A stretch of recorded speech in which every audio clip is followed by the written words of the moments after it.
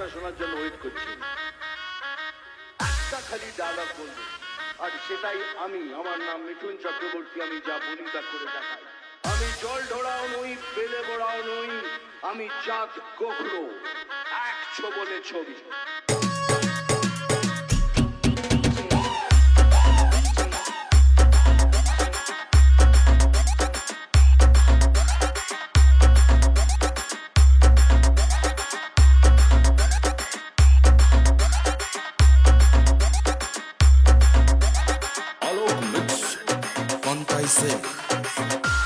Vote for BJP.